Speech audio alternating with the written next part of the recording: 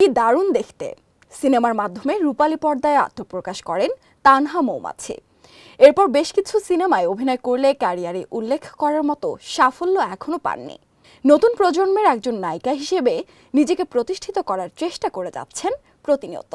এর মধ্যেই জীবনের গুরুত্বপূর্ণ সিদ্ধান্ত নিয়েছেন এই নায়িকা। বিয়ের পিঁড়িতে বসতে চলেছেন এই চিত্রনায়িকা।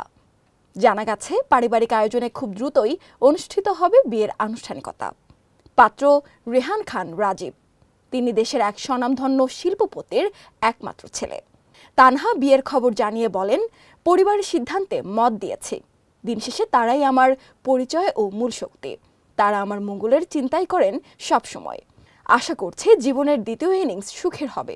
চলতি মাসেই ঢাকার কোনো এক 5 তারকা হোটেলে বিয়ের অনুষ্ঠান বসবে। সবার কাছে দোয়া চাই। আরও সংবাদ পেতে চোখ রাখুন প্রতিদিনের বাংলাদেশের ওয়েবসাইট, ফেসবুক পেজ ও ইউটিউব চ্যানেলে। এতক্ষণ সঙ্গে থাকার জন্য ধন্যবাদ।